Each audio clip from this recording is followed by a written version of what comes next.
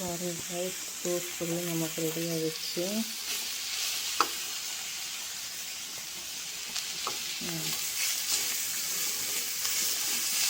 நல்லா வதக்கி வச்சுக்கிறேன். டோஸ்ட் பொரியலை வதங்கின பிறகு இந்த தேங்காய் நம்ம அதில் போட்டுடணும். முதல்ல என்ன பண்ணணும், நல்லெண்ணெய் ஊற்றிக்கணும். எல்லாமே நல்லெண்ணெய் ஊற்றினா நல்லா டேஸ்ட்டாக இருக்கும் காய்ஸ். நல்லெண்ணெய் ஊற்றி கடுகு போட்டு கருவேப்பிலை போட்டு மிளகாய் போட்டு அதை நல்லா வதக்கி எடுத்த பிறகு கோஸ் பொரியல் போட்டு வதக்குறோம்.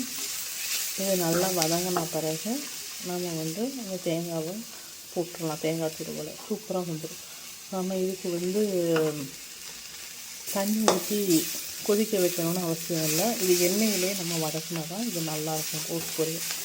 சில பேர் தண்ணியை ஊற்றி வேக வைப்பாங்க. அது நம்மளுக்கு என்ன ஆயிடும்னா ரொம்ப இதாகிடும், வதங்கி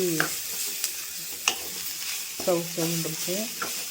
அதனால் தண்ணியெல்லாம் ஊற்ற வேண்டாம். இந்த ஆயிலே நம்ம இந்த கோஸ் பொரியலை பாதி வெந்து வேகாமலும் வதக்கினாலும் அந்த கோஸ் பொரியல் நம்மளுக்கு டேஸ்ட்டு கொடுக்கும்.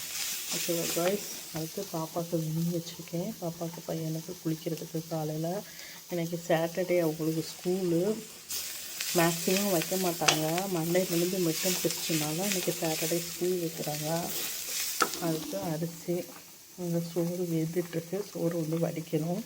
சோறு யாரும் குக்கரில் பண்ணாதீங்க காய்ஸ், இது மாதிரி வடிச்சிங்கன்னா நல்லாயிருக்கும். சாம்பார் சாதம், பிரியாணி அதுக்கு மட்டும் குக்கர் யூஸ் பண்ணுங்கள். அப்புறம் நல்லா வதங்கிடுச்சு.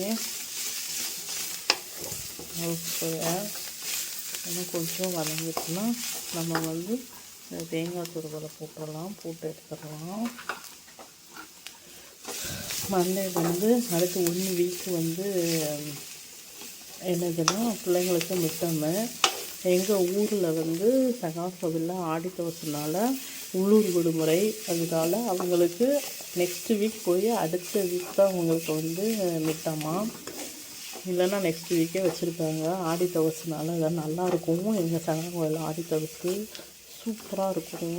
வாசனெல்லாம் வரும். எல்லோரும் எங்கள் அக்காலாம் நாளைக்கு ஆட போகிறாங்க. நாங்கள் இந்த தடவை போகலை, மிட்டம் நடக்கிறதுனால போக முடியலை. நெக்ஸ்ட்டு வீக்கு நல்லாயிருக்கும் காய்ஸ். ஆடித்தவசு சூப்பராக இருக்கும். சகப்பூர் ஆடித்தவசு தென்காசி மாவட்டம். யாராவது போகலாம் இருந்தால் போய் பாருங்கள். இன்னொன்று என்ன போட்டிருக்காங்கன்னா, தென்காசி மாவட்டத்தில் மலையடிப்பேட்டையில் கரிவநல்லூர் பக்கத்தில் உள்ள மலையடிப்பேட்டையில் அகழ்வாராய்ச்சியில் எல்லாமே கண்டுபிடிச்சிருக்காங்க. அந்த தாலி, இந்த பழைய கல் வச்சு பெரிய பெரிய கல்லை வச்சு வாழ்ந்த வீடு, பூமிக்கடியில் உள்ளது, இந்த கீழடியில் கண்டுபிடிச்ச மாதிரி எங்கள் தென்காசி மாவட்டத்தில் சங்கரங்கோவில் கரிவநல்லூர் பக்கத்தில் உள்ள மலையடிப்பேட்டையில் கண்டுபிடிச்சிருக்காங்க. அது நல்லாயிருக்கு. எல்லா மக்களும் போய் பார்த்துட்டு வராங்க.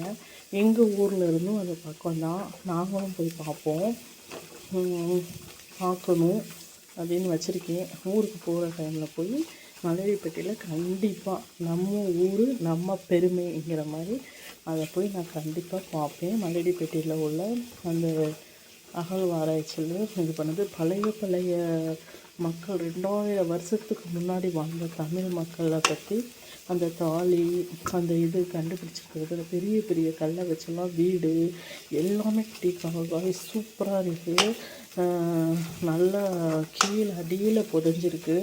அதை கண்டுபிடிச்சிருக்கிறது நல்லா இருக்குது. நாங்கள் கண்டிப்பாக ஊருக்கு போகும்போது மலையடிப்பேட்டையில் போய் நாங்கள் பார்ப்போம்.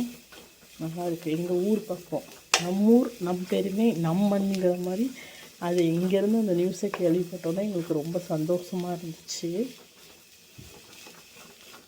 ஓகே, ஒன்று இது நல்லா வெந்து வந்த பிறகு நம்ம தேங்காய் துருவலை போட்டோன்னா சூப்பராக ரெடி ஆயிடும்.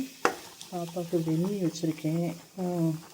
அரிசி சோறு வெந்த மாதிரி இருக்குது. நம்ம கட்டன்னு சோறை வடிச்சுட்டோம்னா ரெடி ஆயிடும். பிள்ளைங்களையும் எழுந்துச்சி குளிக்க வச்சு கிளப்பணும் ஸ்கூலுக்கு. Okay bye, thank you.